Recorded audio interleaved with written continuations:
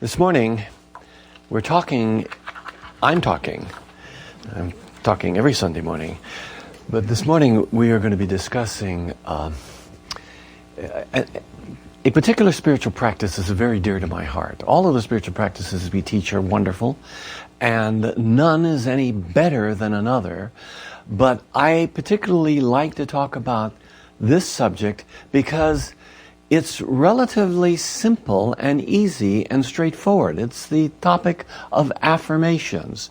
And the title of this morning's talk is Effective Use of Affirmations. And I've talked about this before. We've had all kind of information. We've had workshops on it. But you know, affirmation is kind of an interesting thing. It's one of the first things that I learned as a young man when I became interested in the science of mind. And I had a lot of questions about it. And over the years, I've come to realize there are three different ways that people tend to approach this idea of affirmations. And the first one is that, well, affirmations are words, and words are powerful. And yet I can remember in one of the first classes that I taught years ago, I've been doing ministry now this is my 37th year. And one of the first classes that I taught, I had some friends taking the class. This was over in Tulsa, Oklahoma. And they came to me after one session and they said, "Richard, you talk about affirmations, but affirmations are just words. And words by themselves, they don't do anything. They're just words." And you know, they're right and they're not right.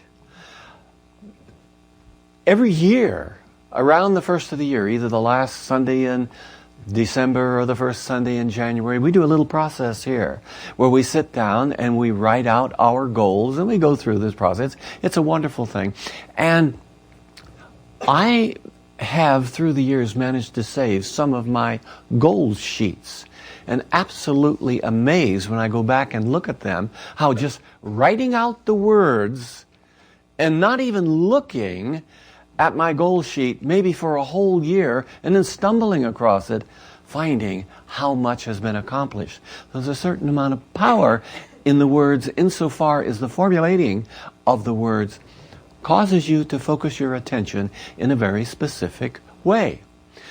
It's true, the words by themselves don't mean anything unless they are infused somewhat with ideas of understanding, and often it's very useful that there be some feeling of positive expectation behind those words.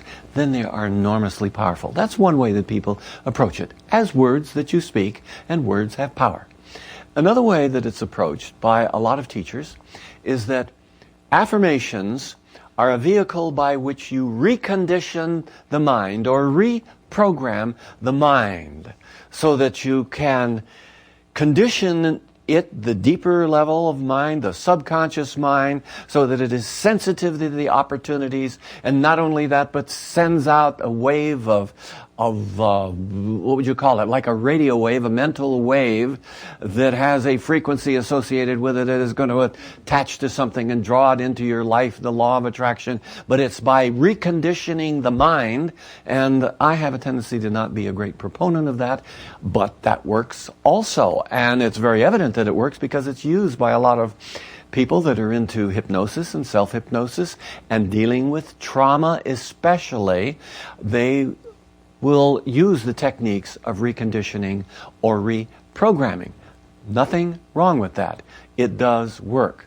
Then there's a third way, and the third way of approaching this, I'm sure there are many ways, and you probably think of some yourself, but this third way of looking at it is that the affirmation that you formulate is formulated on the basis of a truth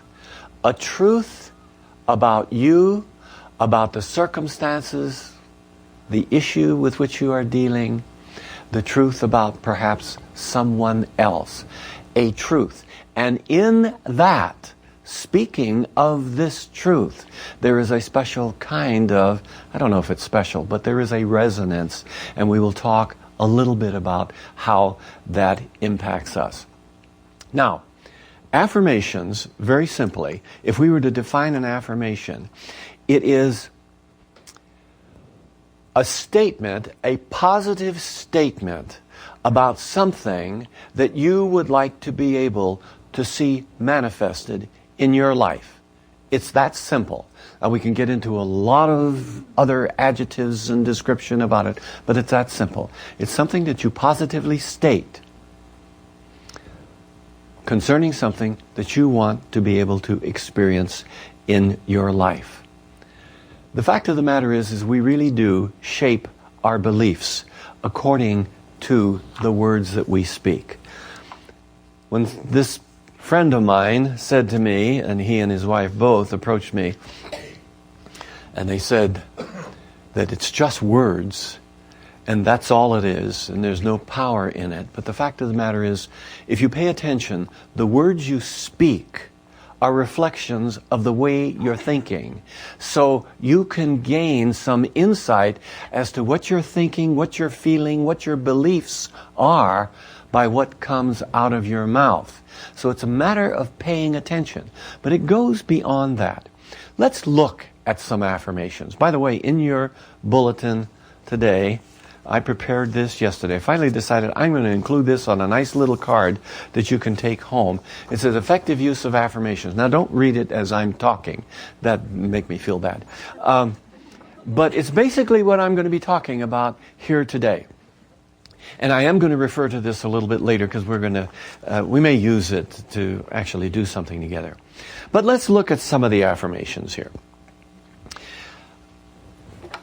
Better look at this one because I changed it on this card than what I had in my notes that I made up earlier. I believe in speaking an affirmation as a statement of truth about who you are. And I'll get to why that's so. But here's an affirmation, the first one on this list. I am made in the image and likeness of God, therefore I am already whole. Do you argue with that idea at all? Maybe there's something that says to you, yeah, maybe other people are that way, but I'm not that way.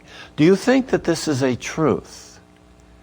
Is it something that you can accept about yourself? And that's the point.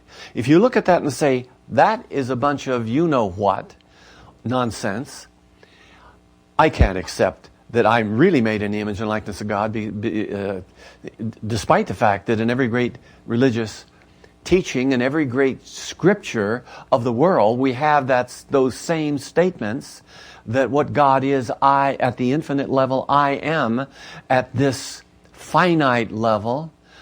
God is all there is, therefore I must be part of all there is. So therefore I am part of God, the infinite. These are truths that have been passed down through the centuries. If you don't believe them, then what good is it to say an affirmation? And I'll tell you what good it is to say an affirmation.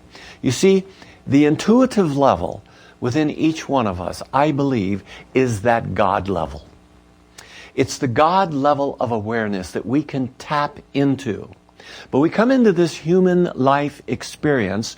I don't know why we were created this way, but the infinite somehow or another decided to incarnate itself as each one of you, and then as each one of us forgot what it was, but deep within it. Am I making sense with you? God decided to come into expression as you, Don, and then God forgot that God is you. In a sense, you forgot who you are because you are one with that one thing. You know, in the beginning, all there was God. In the beginning was the Word. The Word was with God. The Word was God. And everything that was made was an expression of that Word. But we had a tendency to forget that. So God kind of played a trick on him or herself, in a sense. But resident within each one of us at that deeper level, the God level, the intuitive level, there is the truth. We would not have the great inspirations and revelations that we have unless there was something within us that could recognize it. So when we speak the truth like that particular statement, I'm made in the image of God, therefore I am already whole. And we can go through a little reasoning process. God must already be whole because God is all there is. Everything came forth as the expression of that whole. Therefore, I, as part of that, as an expression of it, must be whole. Now, think about this. There is that place within us, in consciousness, that already embraces the truth. But we have so encrusted it with our delusional ideas, our concepts, our conditionings, that sometimes we don't recognize that.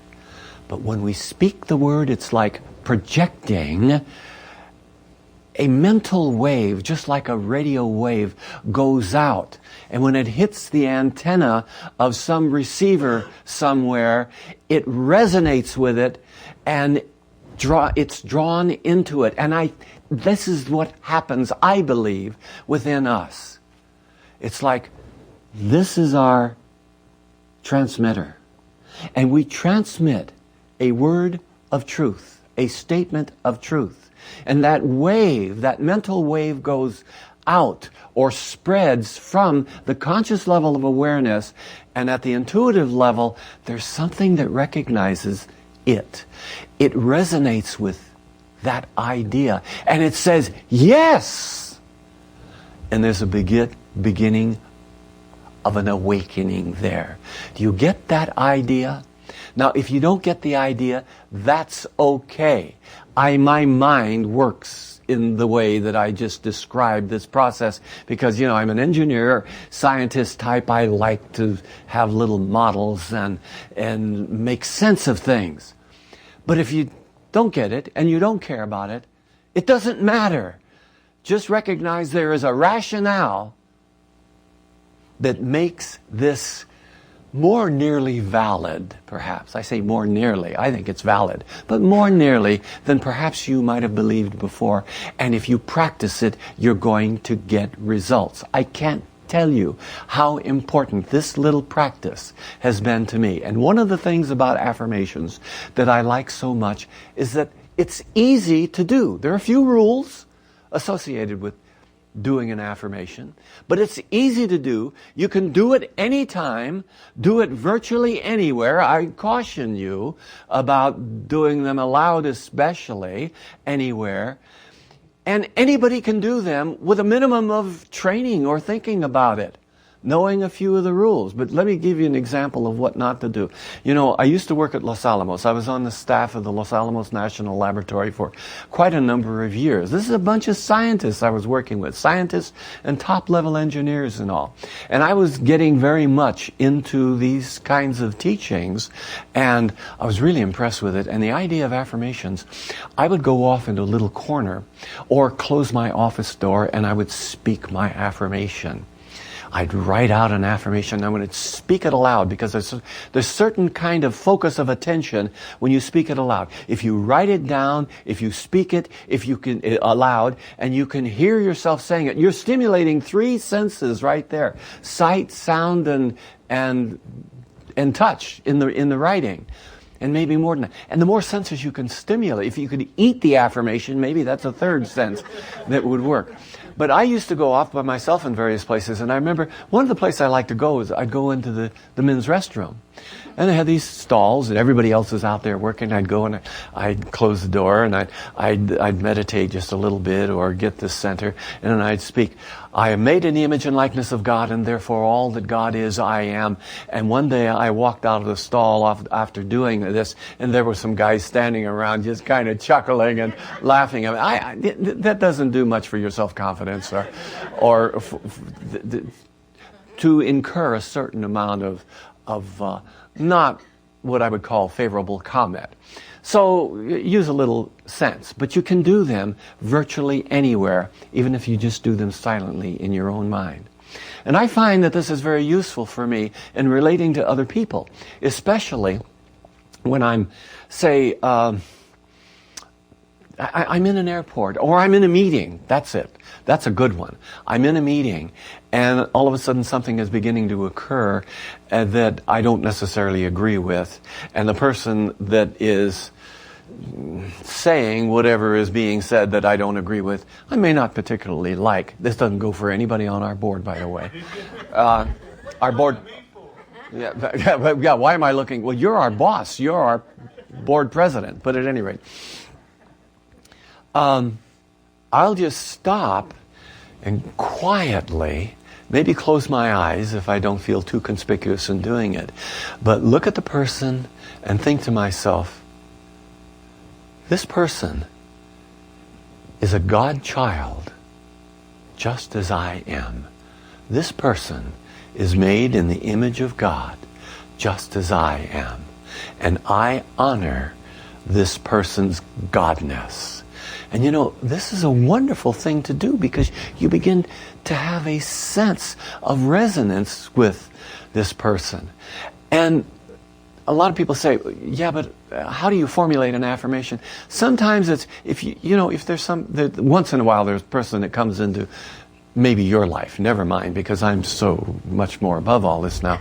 But there might be somebody that you encounter, as I have encountered, that I don't particularly like. And I don't want to be, and I'm not looking at anybody specifically here. Or, not the kind of person that you want to be a great friend with necessarily.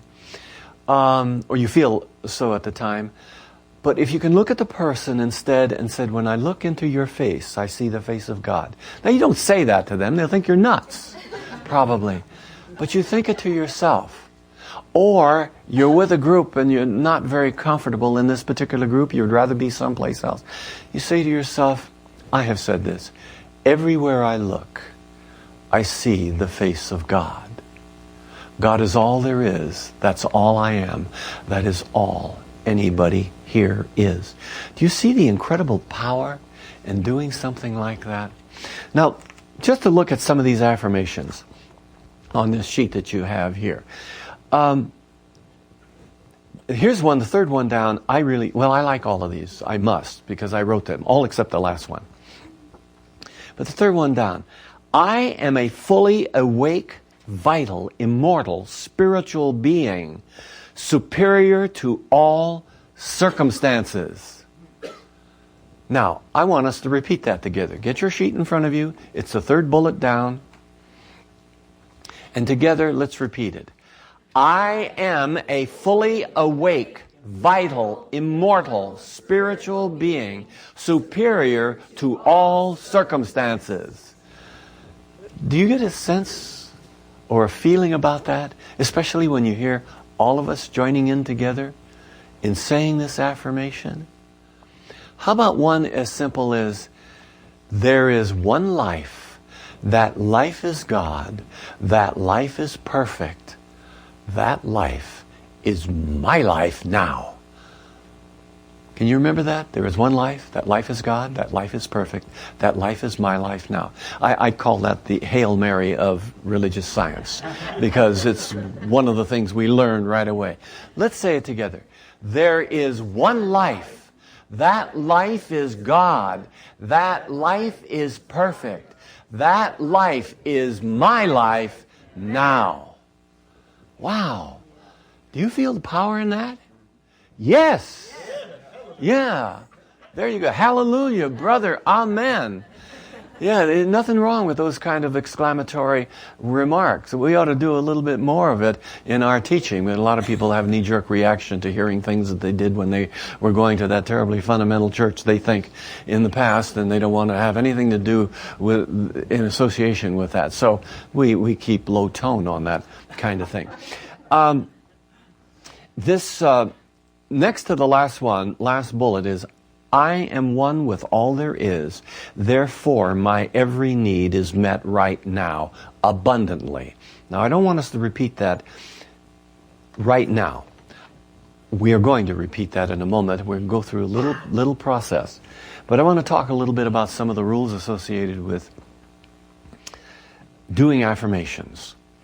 Number one, you want to speak them in the here and the now, as if they are accomplished right now, here. You want them positive. You're not going to say, I am a clumsy klutz. That's in the here and now, isn't it? Isn't that what a lot of people do, though?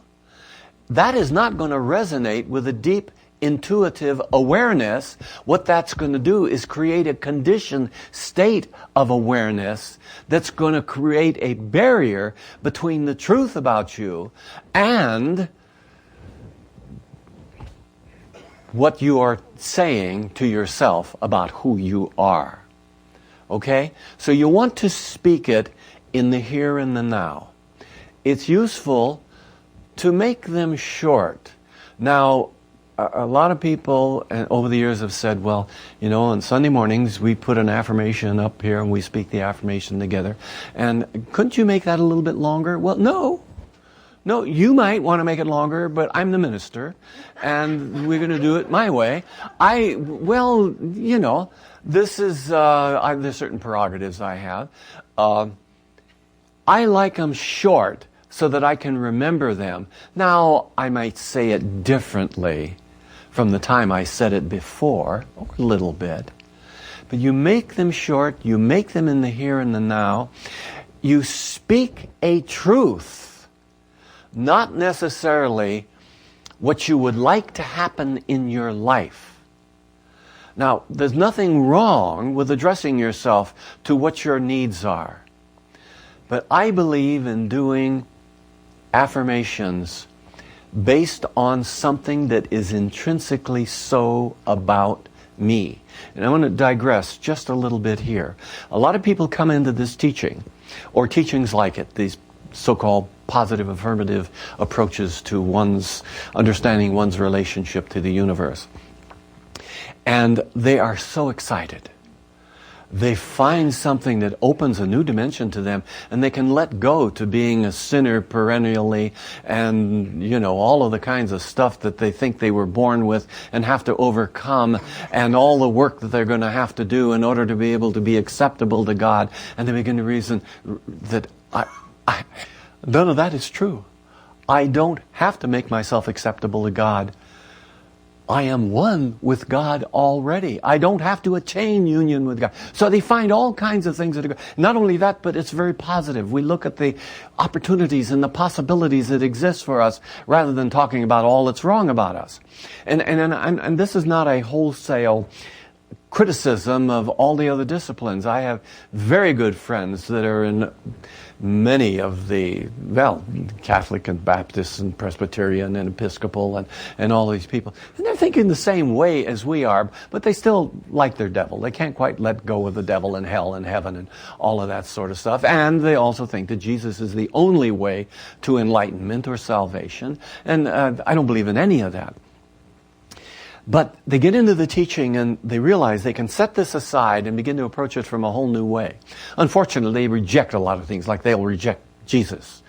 Not Buddha or Lao Tzu or Krishna or any of those, but those are new and they can accept something new that they don't understand at all. And then they give up Jesus, which they do have an understanding of, except they don't. Now, that makes sense, doesn't it? Anyway, they come into this teaching and they see it through a particular lens, if you will, mental lens. And that is, this is a place where I can be to get something. Nothing wrong with getting. They see it from that, what they can get, what they can acquire, this acquisitive nature of the human species, rather than recognizing that this is a teaching about what we can be. And that's vastly different. It's a different dimension.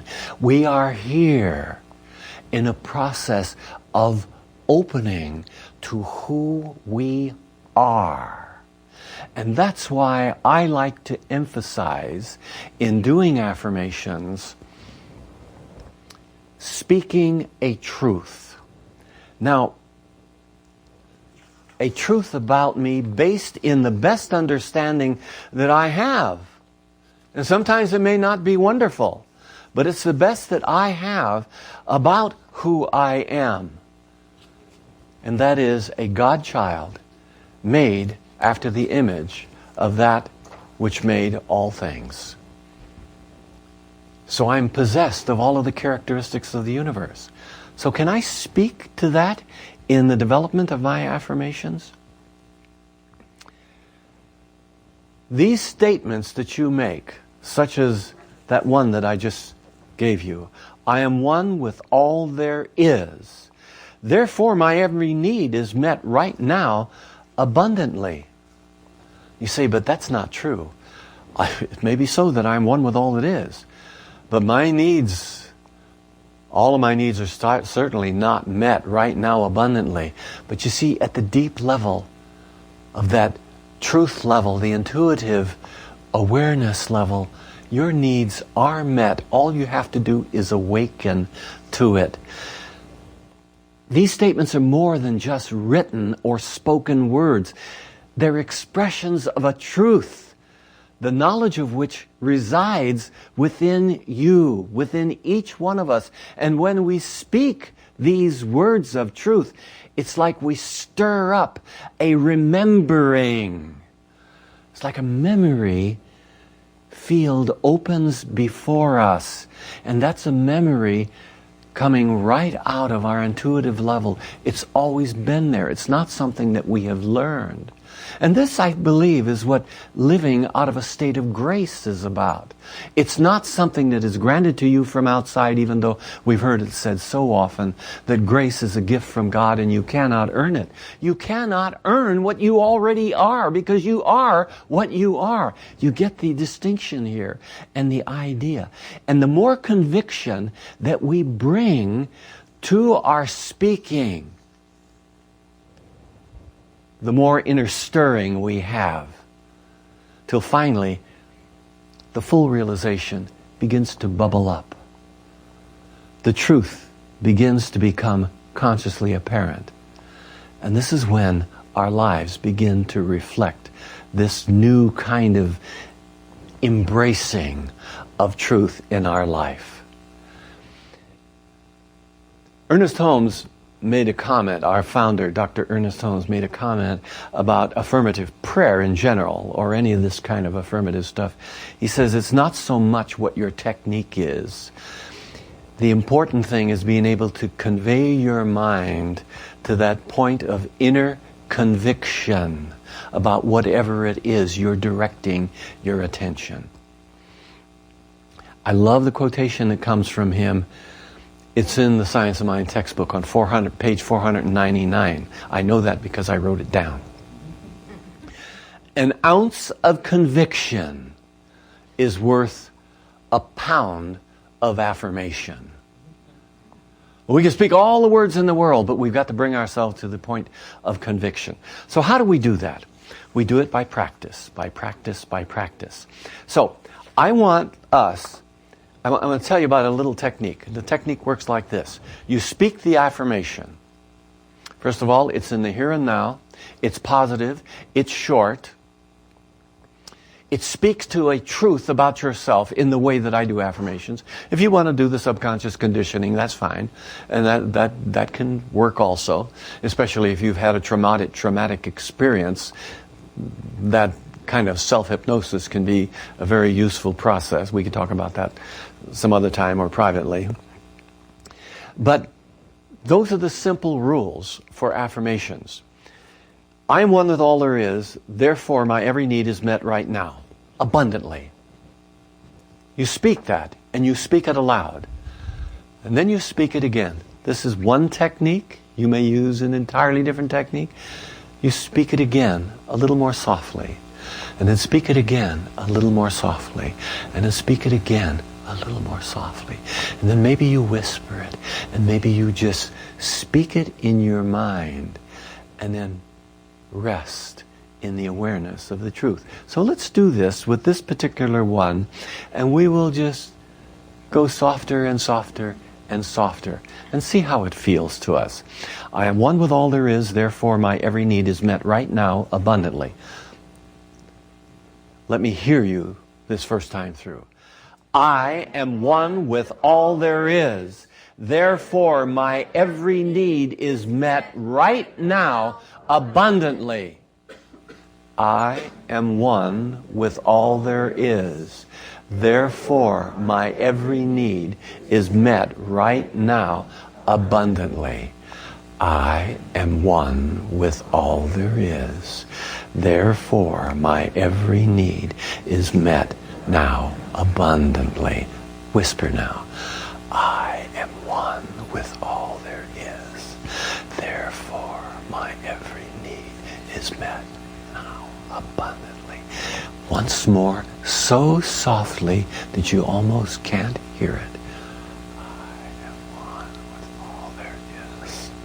Therefore, my every need is met right now abundantly. Now silently.